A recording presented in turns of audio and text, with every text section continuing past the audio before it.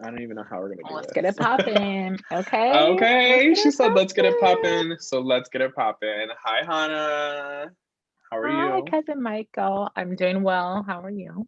I'm good. I'm good. It's actually a gloomy day here too, and I'm in Mm, California in San Francisco, so it's nowhere near as cold as it is for you. But how's the weather and shit out there for you? colder than a witch's titty, as my dad would say. So tonight it's supposed to be whatever freezing rain is. What? Anyways, what is freezing rain? Okay, number one. Number two, and then after the freezing rain at 4 a.m., it's starting to snow, I guess. So we'll see what it looks like in the morning. We love that. We don't So, love and that then actually. that's what it is. Okay, do Welcome you to New remember? Jersey. I'll never forget. I'll never forget you telling me about how you're like after that one storm. I keep a bag. I keep a bag in my in my Oh, I bag have, in yeah, my because trunk I because got just in stuck. case I have to go to a hmm hotel. Like Yep. I can't get stuck anymore. I can't get stuck I again. got I stuck mean, for 5 hours on a yeah. 30-minute, normally 30 to 45-minute commute for 5 hours and stuck in the Mm-mm. slush and was sliding all the way home. So Sliding all now the I way have, home. yes, Not in slush. sledding, sliding. Mm-mm. Okay, not In the my same. car. No, And I have no, ma'am. plastic car. And thanks to California, I have a Prius. A plastic Yes. car because she tried to put on a decal from her college. Oh, you remember that? I'll never forget because it's on your fridge or taped on It's your on my fridge or fridge. Yes, because it would not stick to my plastic car. And I remember Sean you were tried like, every area. right, and you were like, I was so excited. I tried to slap that on there and it just didn't work. The first time I was going to represent a college, and I'm proud of my Right, successes. And Rutgers is a huge college out here. Everybody has a Rutgers decal. right. And So so that's Rutgers in New Jersey, right? that's right. Yeah. And you went there for what? PA school, physician assistant school. Okay. And that was like at the time you applied, it was like it Number ranked seven. Number seven in the country. in the in the In the in the country. nation. In the nation, Okay. yes. Period. Okay. Period. And so, yes, of course, you wanted to put this little Rutgers, the little decal. I don't even want to talk about the water bottle that's probably still sitting on top of your microwave. Actually, it is though, but that's a proud moment for me. It is. It was strong. I mean, It you had was. a lot of education, and I'm sure we'll Right. talk about that. But you started at University of San Diego, That's correct. Yep. getting your degree in So sociology as right, a major and then biology as a minor. right. Why did you choose sociology like out the gate from high school? So actually, I was gonna do biology, and Oh, just because I'm very interested in the sciences, and that's what they hmm said you needed to get to med school, to whatever health profession, you needed biology only. So, you know, I was doing that, and it just didn't seem like it was the best fit. I even, had teachers say, because I was like the first year or the first semester was getting C's in biology. I'm like, what is it? Because I always used to do well in school. right. And finally, I think the second semester, I took a sociology class and we were doing, and it required nothing but volunteer work. So I was Oh, volunteering cool. for a lot of migrants, migrant outreach. So a lot of people who are coming from Mexico, undocumented. Right. We were with the church giving them and making food for them, and a lot of people coming across, and we were just feeding them because we understood that they had to do work and all this stuff, and they didn't have the housing and anything like that. I did migrant outreach. Also, I worked as a volunteer with juvenile hall, and even just for different things. So I realized, I'm like, oh my god, I love this volunteer work, and I got Yeah. to actually see what life was like on not only a macro level, but I was like the infrastructure of San Diego, Yeah. how that plays a part, or for instance, why a black man who sells crack or does crack gets a higher sentence than a young white man who does coke, Mm. which is more pure, mind you, but gets a lesser sentence than a black man with crack. And I was like, what do you mean? Like, that doesn't make any sense to me. Yeah. So there were so many different things that I just found about sociology that spoke more to me on kind of a community level than biology did. So then I started Yeah. taking more sociology classes, and that fit kind of exactly what I wanted to do in life. And so I did that. Yeah, because from me knowing you as a kid, you've always just had this desire to connect and help people, right? So like, Mm-hmm. I think that's really cool. And when I heard that you were kind of going to USD for sociology, I was like, that Mm-hmm. makes sense. I also remember like my mom being like, I'm gonna help Hannah get into Mm-hmm. college. I just had a random thought Mm-hmm. about that. That was so funny because that was So her I used to business go at there. the time. Mm-hmm. But Yeah. that's really cool. And then I mean, you've always had this desire to be in healthcare too. So where did sociology take you after you graduated from University of San Diego? So I always knew I did want to go into the healthcare field. And sociology at that time wasn't a direct path. But I Hmm. knew that I wanted to do that because I was passionate about the work, about the volunteering, about the community that I wanted to serve and learn more about. But I knew that it wasn't going to directly get me into medical school or the healthcare field. So I had to go to a post-bac program, Okay. and which is a program after undergrad, 4 years, where you take the pre-medical prerequisites or pre-health prerequisites to get into the desired health field. Because I didn't have all the credits to get in. With biology major, you Right. have to do it, or that might have gotten me in, but with the minor, it didn't have all the credits I needed to get into a pre-health program or to a health Got you. program. So I So had that to do was a post-bac. your post-bac program was where again? I'm sorry. San Francisco State. Okay, listen, that's where I went. I That's went to right. We that were there at the school. same time. That's right. Okay, We were there per. at the same time. Yeah. So that's what I was Listen, doing and there. I will never forget you being there and being at the Hmm. Disabilities Program Resource Center. And thank God, Yes. Oh yeah, bless right my there. mother's heart. Bless my mother's heart Hmm. for making sure to sign me up for that You're because right. my ADD, I had got extended time on tests and things Hmm. like that. It was really, really great. San And you Francisco's succeeded because of that. period. Okay. And I Hmm. mean, I don't want to get too deep into it, but I know that you also utilize the office's, Hmm. I services and sure things like did, that, which is really cool. So which I yeah, didn't know that was about dope. until after. Yeah, So I'm glad I was able to just like walk through and check in on the office, be like, "Hi, cousin, do yeah, you want to get some and then lunch?" get you Or whatever you needed. Yeah, yeah, it was exactly. really And get you cool. whatever you needed, whatever time, whatever, just Okay, happy to help. So, and yeah, it's the resource that I wish I had in undergrad because I yeah. didn't do as well as I would like to have done because I didn't know those resources were available. I'm glad you were able to kind of to be there and Mhm. get the resources when you were able to, and that was during your post back program, like you were That's saying. So right. Hmm. during your post back program, how were you like figuring out the healthcare system? Were you like figuring out, okay, based on these classes, I still want to do this? Like, what did you end up Hmm. wanting to do? Like, what was the goals while you were in the post back? So when I initially interviewed for the program, which was a top tier program too, and a lot of people didn't get into the program, and it was kind of very new at the time too. Yeah. That concept of going to the pre-health field right after college, a lot of people go right from undergrad, but a lot of us, oh, so they called me a career changer, meaning going from a sociology background Okay. to a medical or pre-health background. So initially going into it, I wanted to do medical school, and the gentleman who kind of started the whole thing, and he was the director of the program.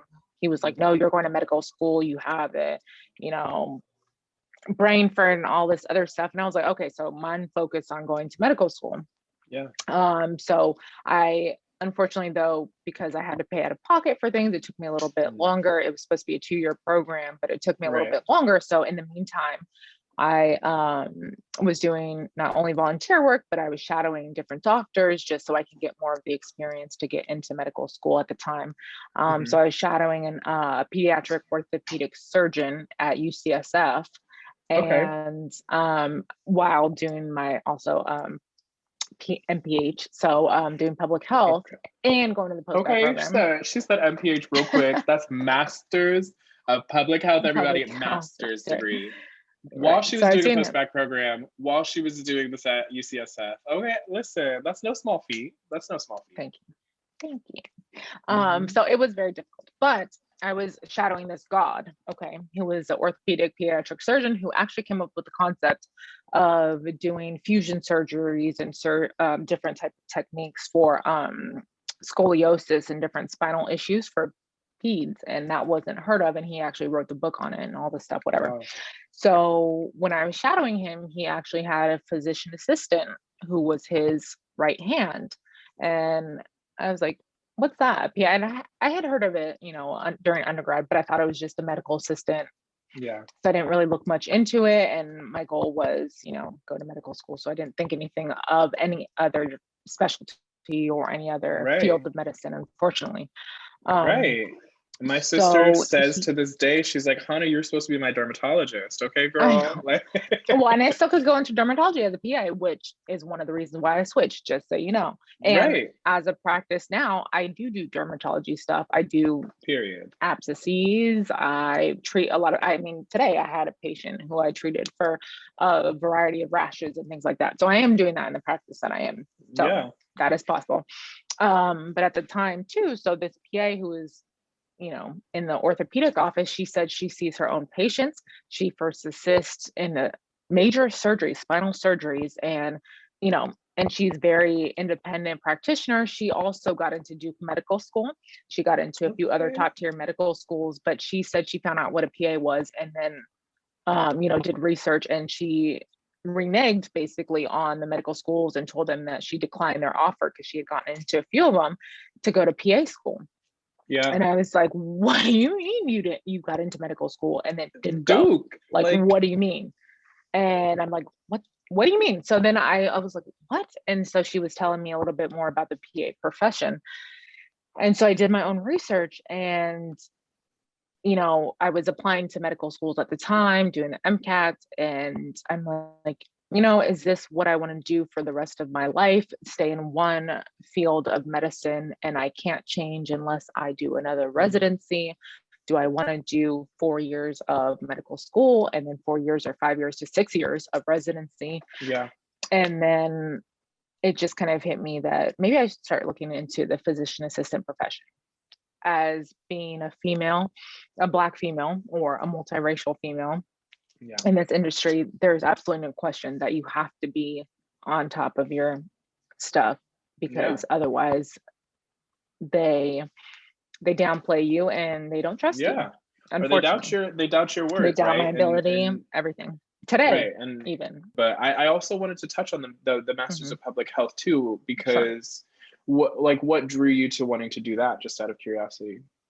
So stemming from actually the sociology major and learning about kind of the discrepancies and the disparities between African American, brown, Black individuals versus their white counterparts. And again, touching on that, what can I do to make a difference and learn about why is it this way that we as a people we're suffering and we don't have access to certain things. And sociology was just kind of literally the small door that opened me up to the huge public health the surface, field. Right? Yes. And I can't even tell you, even as a practitioner today, I'm still using obviously what I learned, but I'm understanding why things are the way they are and why and how to treat patients and people and communities because of what I have practiced and learned and been through sociology, public health. And it's very sad and disheartening, but it's something that I can finally say that I can make a difference now versus just watching. I just wanted to know how your like master's in public health, even your sociology's bachelor's, right? Like, how did that play into your practitioner work now in New Jersey as a licensed physician assistant? So for me, I think it has everything to do with how I practice personally. I don't know about other practitioners, but personally, how I treat and how I communicate and how I relate to every single patient. The majority of the patients, especially as a new grad that I started off with, were people of color. They were brown, Black, every color, but from a different country. And so it was very easily relatable because of my background in public health. I understood why you have diabetes and why you can't get access to medication and why your foods are looking the way they do, or you don't have access to healthier foods, or you live in a food desert, you don't have a car to get to X, Y, and Z. So it made me a much better practitioner, not only because I understand where that patient is coming from, but I'm more empathetic. I'm trying to get the cheaper medications. I'm trying to, maybe not have you come in every 3 months, even though that's required of one of the jobs that I was working at, but maybe every 6 months so you don't have to pay the copay. It transformed and made me the person that I am now, just because I understand the bigger picture of humanity and of healthcare, really. And I do see the difference between me and some colleagues and how they didn't have the same background, but why they say, certain things about certain patients, or, they just don't want to pay the copay, or they just don't want to come in. But, you don't understand that certain populations also are predisposed to these conditions. Yeah. And what can you do to help them further their health instead of just bashing them for having high blood sugars or hypertension or high blood pressure? Work with them instead of looking down on them. And for me, it was huge. It literally, it just paved the whole way. And it's why I am the kind of practitioner I am today, because I'm empathetic towards every individual. And I mean, I'm not just saying this, but I actually truly want to understand a patient's perspective. And that's why, I think sociology and public health literally paved the way for me as a practitioner. It just kind of blends in perfectly. I think it does too. And I think my biggest takeaway kind of from what you're saying, right, is like there are practitioners who look at the science behind things, right? And they look at the science, and that can inform how they look at a patient and their health. But you have the science, you're armed with the science, and you're also armed with the social implications, the societal implications, everything that might be weighing in on that person's life to impact their health, right? Like stress impacts people's health, genetics impact people's health, the community that you live in impact your health. Like you mentioned food deserts 100%. Where you can't find, good produce and things like that, but you can find processed foods, you know what I mean, that are so much cheaper than the produce might be in your neighborhood. It's easy, it's cheap, exactly. So it's so beautiful to hear that had kind of like armed you to help your patient care, because I think that is, I know from just being a patient, like when I can tell that you care and you want to know where I come from, that makes me want to be like, I can tell you this stuff and give you the full picture about my health and not feel like I have to hold something back, because I think that's what it does, right? It like puts a barrier, and then like I might not tell you that I smoked weed yesterday when I also have a concussion, and that could really impact the medication that you give me. I don't know, bringing things up. No, but like, absolutely. But like if I feel too ashamed to tell you that information, and I feel like you're looking at me like, well, why'd you get a concussion doing something stupid with your friends? I'm like, okay, well, you know what I mean? And otherwise it's just different. It's such a different it's such a different tone with patient care. So I think that's beautiful. And I appreciate it. And I really do actually appreciate it, because I also, have my own ailments. I have family members with ailments, and I know what it is to be looked down upon, obviously, and parents look down upon, cousins look down upon, or whatever, because of our race, our conditions, or whatever. And for me, that truly bothers me, obviously. So that's why I sought to be a little bit different, or try to be a little bit different. There's patients too, and all the time, and I would ask them, do you smoke? And they're like, well, I smoke weed. I'm like, oh, well, I don't care about weed, but like, what about cigarettes? Like, I just want to know, like, are you smoking tobacco? Because that can prolong, and I don't look down upon them either who smoke tobacco, individuals. I just say it may prolong your bronchitis, or it may cause, this, but maybe think about, limiting it or cutting down on it. Everybody has their own vices. So for me, I try to work with patients versus like how I've been treated before in the past about, oh, well, just get rid of this. I'm like, how do you just get rid of somebody smoking cigarettes for 30 years? You don't just get rid of that.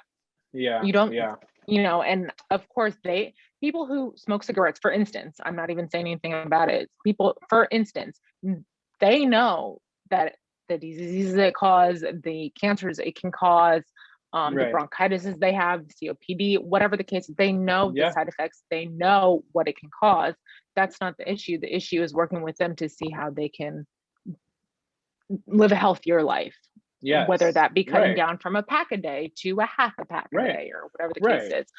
And I had a gentleman today, for instance, he said that he has been on the treadmill for half an hour every day. And I was like, oh my God, that's more than I do freaking on a daily basis. Like the fact that Yeah. you're on a treadmill, and he's like, but everybody's saying that's not enough, that I need to go running, I need to blah, blah, instead of just walking. I'm like, the fact that you're walking 30 minutes a day is enough. If you can build that stamina, you just keep doing it at a time. Everything is on moderation. Mhm. And so I think, you know, you can't just tell somebody to change your whole entire life around, you know, Right. 180 and expect them to actually do it. No, it comes little by little. And who has time to change their whole entire life around like that right Right. now? There's so You need many to other slowly things. change.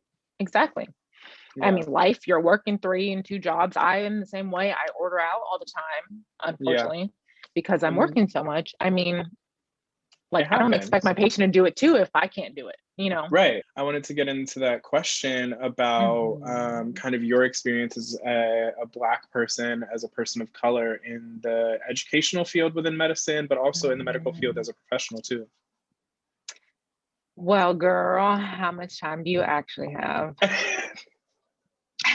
Listen, it's a loaded question for 'Cause sure. yes, let's see. Why don't So, you let's say maybe like one example from your educational career, and then I'm sure you okay, have a 1700 from yesterday. So yeah, maybe one right. from now. And today. Right. So from educational career, I'll just start with, I guess, when I was in undergrad and coming from a public high school of, you know, middle income to lower income individuals, and one counselor per every 200 to 300 students type of deal. When I went to Mm, college, it was a private school, University of San Diego. And again, I was saying before, I was doing a biology major. So I was doing nothing but bio classes, chemistry classes, and calculus classes for the mm, first semester. And of course, I felt a couple semesters behind my peers who already, you know, were freshmen, but I felt like I was behind.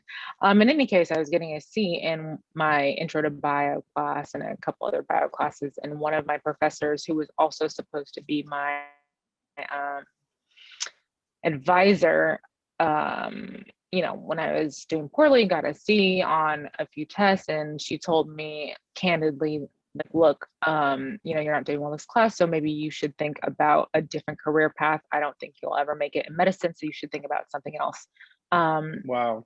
And that was devastating. And I think maybe that's also why I chose to be, you know, in an environment that was accepting. When I went to the sociology major, I had people that looked like me, and it was by no means easier because it was harder on a different level. We had very rigid classes, and they made it hard on purpose because people thought it was an easier major, but it wasn't at my school by any means. Right. But it was just devastating. And even, you know, my first semester, I would ask, you know, some of the students to study with me, very small classes, and they're like, oh no, we're not studying together, and they're studying on their own, or they're not studying that night. I went to the library by myself and saw the whole class in the group. It was like 10 people studying Yeah. together, and, you know, stuff like that. Or where, you know, because they were pre-med, we would do homework, and then just, if it was the end of the semester, put the homework on the teacher's doorway in their little box. And I've seen a Hmm. few people where they would take somebody else's homework or final project just to sabotage their grades and things like that, because of how cutthroat, I guess, the pre-med program was. And Yeah. you know, and it felt like it just wasn't for me, because I'm a person of color in an all majority white school, and told that I should do something else besides medicine because I wasn't going to make it, was you know, the first start of um something real, and definitely wasn't used to that by any means. So it was very difficult Yeah. starting off from jump. Yeah. So And that's crazy. I mean, if you had listened to that person, where would you be now? You know what I mhm. mean? That's so, it's so wild. I'm glad you didn't, and I'm sure your patients are glad you didn't listen to that person. Yeah, But it's like yeah, so but it's frustrating. devastating. Mhm. It's devastating, it's Definitely. frustrating to like be undervalued and undersold just for one Well, thing, you know what I mean? exactly. Well, that and too, and like, I mean, even though I felt like I was already behind, starting off behind, but I mean, as a student too, I'm like, what am I even doing? Like, I don't even, do I even belong in college? Do I even belong in this field? Like, I can't make it. It's very Yeah. self-doubting, and, Which especially is as a crazy. young, impressionable teenager.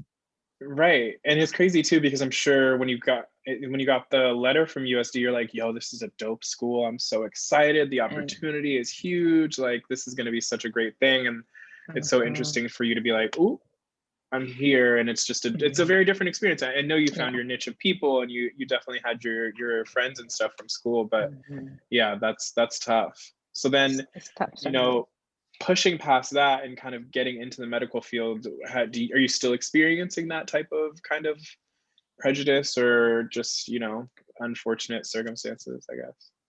It is very unfortunate circumstances, yes. And like my mom always told me that a person of color has to work twice as hard to get half as far. So we have to do Yeah. better in everything just to get half as far. And on the East Coast, it is a little bit different. Well, anyways, where I'm from, or living out here, there's a lot more people of color that are more prominent in the medical community. And that's very inspiring as well, but it is Mm, definitely the case where there is still judgment, especially being a woman, yeah. um, in this field. And when I get to work or go to a patient's room, they're like, "Oh, you're the doctor? Oh, you don't look like you're a doctor." And I'm like, "Well, it's a good thing I'm not a doctor because I'm a physician assistant, but I'll be taking care of you." But most of the time, "Oh, you're too young. Oh, do you even know what you're doing?" Um, and there was this case, I would say, a few days ago, where I was running a little bit late to work, not even that late, but I'm the only one because most of the smaller practice that I work at, there's only a registrar, an MA, and me working as a primary practitioner. And I went, it was 9:02 and the doors are supposed to open at 9. And we had two patients waiting outside and we were all running a little bit late because of the snow. And I went to go open the front door of the practice, and one of the patients gets all up in arms and she says, well, it's 9:02. So, I already missed my appointment. So I might as well not be seen today because he's going to see me and all this stuff. And she was just going on and on. And literally before I even opened Yeah. the door. And I was like, well, ma'am, I'm going to see you. And she's like, well, I Yeah. shouldn't even come to this appointment because you're already late and all this stuff and blah, blah, blah, whatever. So I was just fit to be tied because she just kept going and going and going about how we were late. And then finally, when the MA came, the medical assistant came to do her vitals, her blood work, because it was for an annual physical, and her EKG. Mm, One of the registrars went in there to help with the EKG, and she was like, "Why are you being like this to the doctor?" And they call me the doctor there.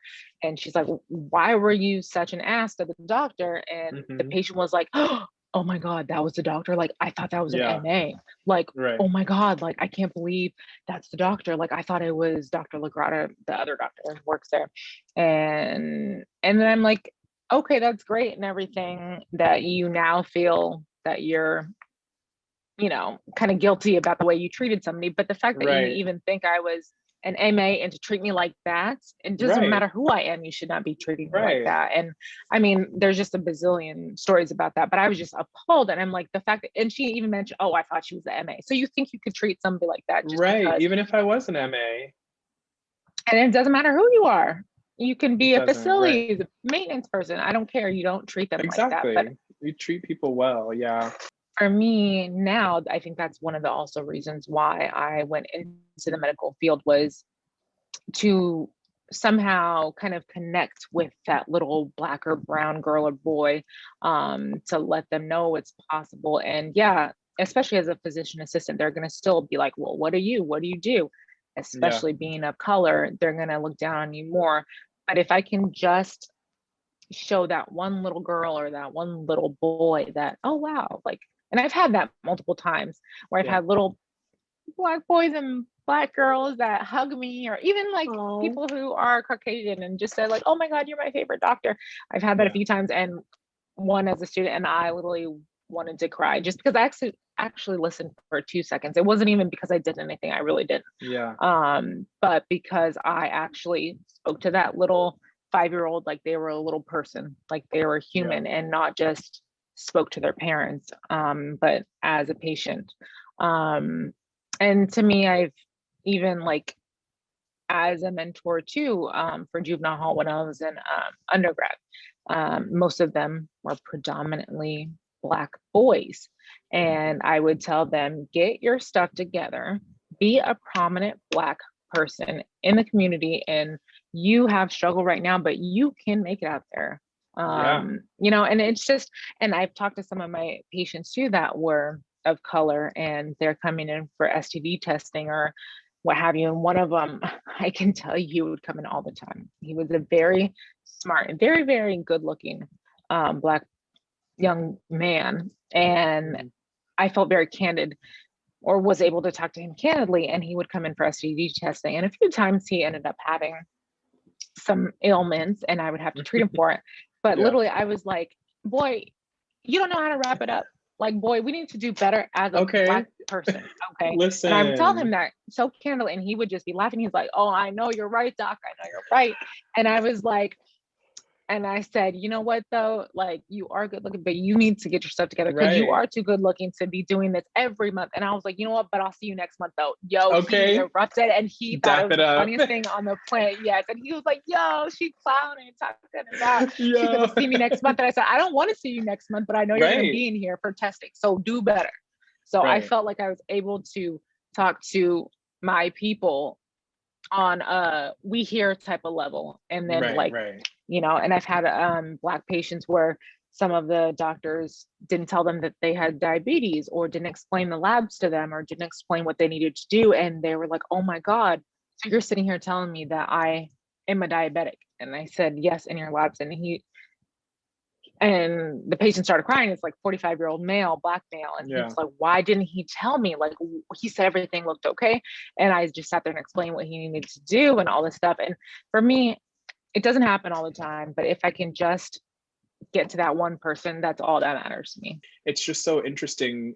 Like representation, I think is just so important, especially in the medical field, because you need somebody looking out for you but not only looking out for you because doctors do, but like that are also like, I've experienced this, or I'm looking into this because it's my community. And I also want to make sure that I'm versed up on that, you know?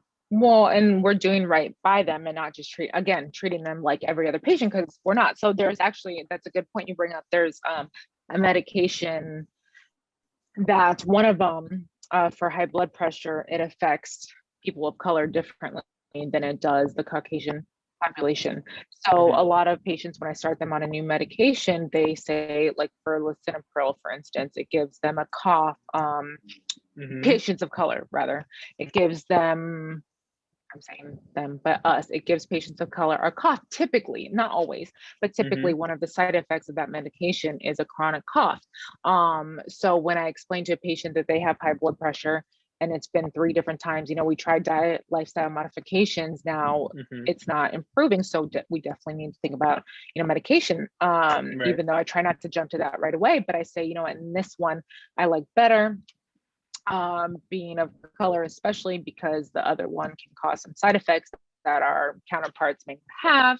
Whereas I've seen a lot of patients that come in after having been treated that are on the medication that cause side effects. And I'm like, why don't we change it? Because the side effects that you're having, you know, which I don't know why, because we learn this in school, but why they don't put you on the other medication in the first place that doesn't cause side effects, whatever the case is, I don't know. But I've literally, for the past, you know, 3.5 years, have started patients on a medication that's not going to cause them as many side effects as the next medication. And why they hadn't been on that in the first place is beyond me. I don't know. I mean, and it's crazy that that was the medication that you thought about, because that's exactly what I think that, well, I think that, I think I was here. You know, it's that cousin bond. Yeah. No, but so yeah, I mean, that's crazy. So talking about representation and stuff, I wanted to take it back into our Black history roots. I mentioned to you the other day when we were talking about this group called they're the first paramedic service in the United States, basically the first professional ambulatory care. and it's called Freedom House Ambulance Company. Did you kind of remember what I was talking about? I did. Yeah, and I listened to the podcast and read the story about it. Yeah. Mhm. Yeah, so my boyfriend's a paramedic, so he was the one that told me about this whole story, which is really Yeah. cool. I mean, he's out there in the streets right now with people before they're diagnosed with COVID. Like, he's taking people Right. to the hospital, right? Like, and as well as many other things. But it was really, really cool to hear about Freedom House being the first paramedic service, and they were predominantly Black. So like, it was really cool to hear that, and that was kind of like a really cool dose of representation. Unfortunately, it was wiped out because of racism and racist tendencies. The mayor decided to put in place a lot of different stipulations, remove funding, and then the final blow was just to put another EMS unit out there that was predominantly white and not hire any of the other Freedom House ambulance care workers. So yeah, I don't know. It's that moment of like the representation was there, but then it was wiped away. So I wonder, just kind of like reflecting on that. How do you feel? How do you feel about stuff now? Just curious. Well, so my first thought is, well, I'm not going to cuss on here, but my first thought was, why the F did I not learn about this in the first place before now? And all the medical training that I've had, all the Black history training that I've had, medical period, it doesn't have to be about Black history, it doesn't have to be about anything, but why haven't I learned about these men who piloted one of the biggest, I don't know, I want to say life-saving companies and professions? Like, why the hell didn't we know about this? Why is it your boyfriend is telling me about this? Right. That's what I get frustrated about, that we read so much and we have 1 or 28 days of Black history when we're kids, or, as we learn and grow older in the medical profession, because we learn about the PAs being the first ones on the East Coast. They started in the military, blah, blah, blah. So why the frick did we not know about this? And why are you just telling me now? And I just learned this year. Like, that to me is very frustrating. It's wild. And maybe it's my own, I guess, fault too, because I'm not well versed on, many things in the world, because I'm just focused on my job and I'm busy. Right, but we also talked about all of the aspects that go into being a Black person and trying to navigate through the world. So it's like, we can do so much, but you're absolutely right. Why don't we know about this? And it's crazy, because it was just kind of like, after the mayor did all that stuff in Pittsburgh, that's it. Like, we didn't really know. And that was the end of it. Yeah, so it's now just kind of like, I think, making a resurface, and I'm glad that we were able to talk about it and shed light on it. But yeah. Yes. So we know why. Let me just rewind. We know why. Sure. But in fact, that is very empowering for me when I listen to Mr. Moon talk about his experience. He was the first paramedic, or one of the first paramedics. And just listening to that, and they said that they were doing, and actually it was, I guess, a white lady who brought them into different units on the hospital floors to learn about the ICU floor, the OR, everything like that. And we need advocates now at this point. Now, we can advocate only so much for ourselves, and we do. We try. But when we have the other side, that's only when we're stronger, because that's the reality of it. And so when I heard about that, for me, that was very inspiring. And that even as a man, she was a woman, even being a woman, not even just because she's white, but being back a woman, in like 1965, you know what I mean? That's pretty wild. And it's so admirable. And that she took them under their wing, and she made them what they were, and they were able to do intubations, like, CPR, whatever the case is, but stuff that we can only fathom doing. So that's amazing. Yeah, definitely. Thank you for sharing. Cool. I appreciate that. Yeah, of course. I had to. I was like, ooh, medical stuff. I got to share with my cousin. Well, I appreciate you taking the time to talk today. I know it's getting late. I was just trying to think of if there was anything else I wanted to ask you and poke and proud about your life. Is there anything you wanted to share? I have so many things I want to share, but please. Where and what is most important? Where do I start? But do want to say though that because we were on the case, you were saying Cody, sorry if I use his name, Cody is on the front line of patients with COVID, and I Yeah. see 50 to 60 patients a day that are either testing for it, have symptoms for it, or have it. And I was telling you before, I mean, at least once a week, I would send a patient to the hospital for being hypoxic, so meaning low oxygen with pneumonia, shortness of breath, fevers, things like that, where we just outpatient could not help them and unfortunately have to send them to the hospital, and maybe some of them didn't make it, who knows. Yeah. So, and that's also affecting Black people and people of color more so than our white counterparts, as we know. And it's been a tale Yeah. of, the end of time. And unfortunately, racial disparity is going to be around for a lot longer than I would want it. But the fact is that we do have to recognize that it is affecting Black people more so Yeah. than everybody else, and we have worse side effects and worse care for it. I had a patient recently, actually, he had double pneumonia, and he can hardly breathe. He's sitting there talking and gasping for air. He's talking to me. He had tested for COVID 2 weeks prior, but was in almost critical condition. He went to the hospital the day before. They didn't do a chest X-ray. All they did was blood work, and they did an EKG for his heart. And then they said he wasn't critical enough to send him home. This man almost died. Okay. They didn't give him no treatment.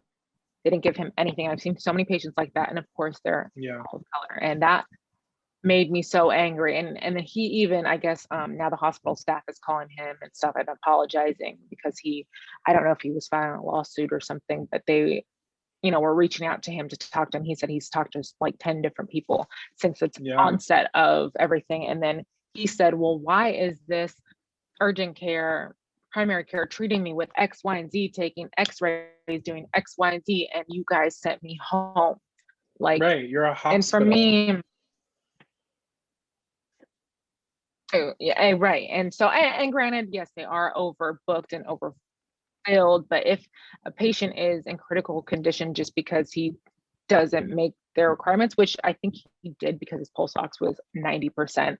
And if it's less than 93 and you're short of breath, you have pneumonia, X, Y, and Z at, some point, you should definitely be admitted. But in any case, I see it almost like once a week personally, because I work in 2 different places. So I'm sure they see it even more, but it still affects me and bothers me that this is obviously still going on in this day and age, which I'm sure it's going to continue for some time, but I don't know. It's just, it's so serious. It's so serious right now. And I want to touch on that too. You said you're working at 2 locations, first of all, which is insane. Thank you for your dedication to helping other people. I think that's super, super huge. And I thank you. And I'm sure your patients and everyone thanks you, their families, everyone. Yeah. Like I think you also got COVID, right? And I did. Yeah. Do you want to talk about the experience of why you think you got it and how you felt after? And so I had just started the new job. So we had cut down hours for one job over the summertime, but then it started picking up because we're doing COVID swabs and treating patients and stuff like that. So, but before we had done that, I had gotten a second job and I was just feeling so run down. I was working more than 60 plus hours per week, and just stressed out because we were seeing, I think on average, almost 200 patients per day. And so that means like the providers are seeing more than 60, 70 patients on like individually, and just so run down and just running from room to room. And it's not just testing like to go for traveling or testing because they're curious, but a lot of patients are actually sick with it and coming to us because they're scared to go to the hospitals. And there was 2 patients and I had just a regular mask on. It's a surgical mask, but not N95 by any means. And glasses on, surgical glasses, but not a full face mask and whatever.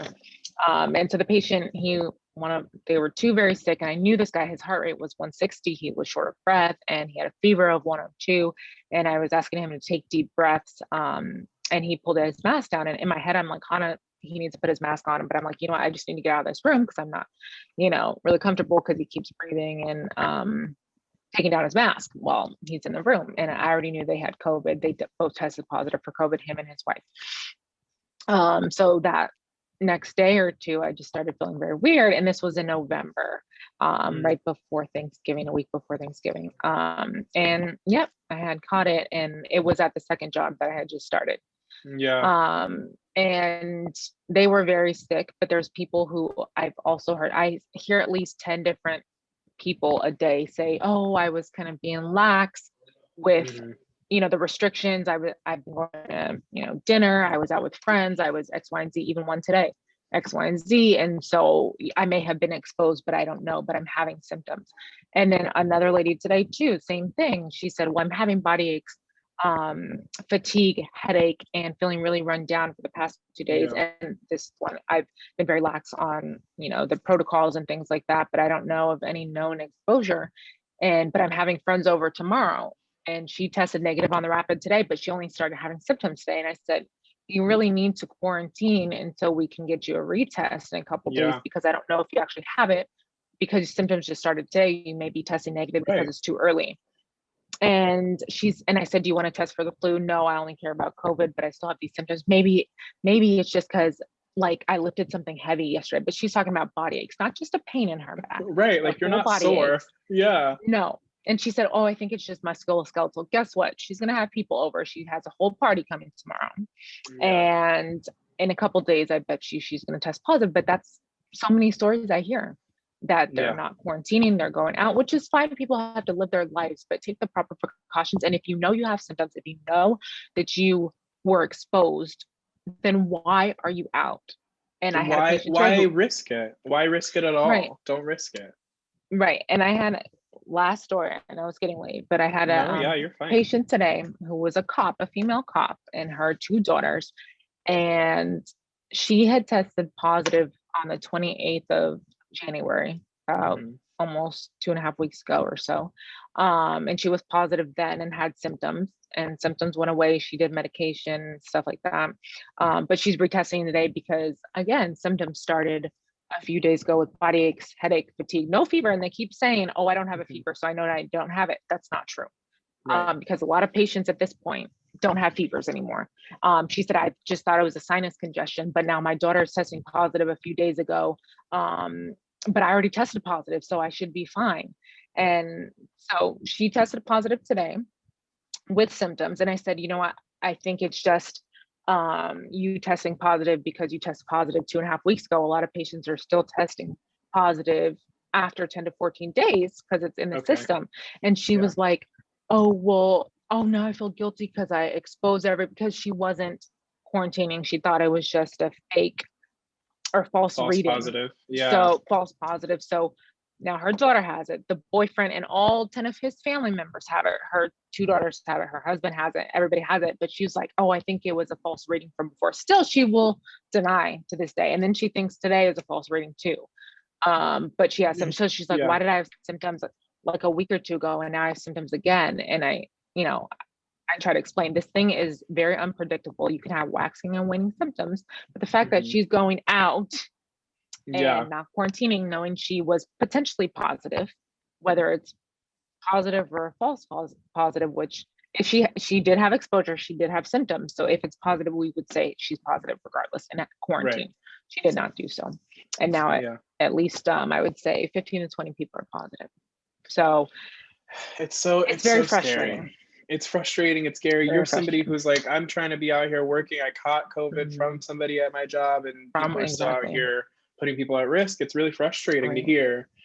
But hopefully there's a light at the end of the tunnel. I mean, there are vaccines, but the vaccines are still unpredictable. It's like, yes, it's great that we have vaccine, but still you have to have precautions because there's no study on how long the vaccine is effective for. But it's super effective, and I don't want to spread misinformation about the COVID-19 vaccines or anything like that either. But exactly, and I as a health professional, I study this stuff every single day. We still don't have all the information, period, about any of this, period. We know, and I see what I see on a daily basis for the past almost a year, to be honest with you, in March. But the one thing as a people, we're very apprehensive of doctors vaccinations. And of course, why shouldn't we be? Because of Tuskegee, because of how we've been treated in the past. But the one thing I must say is that this is real. It is real, and it is affecting us disproportionate rates. Right. And some people still don't believe it. And that to me is just very, very real.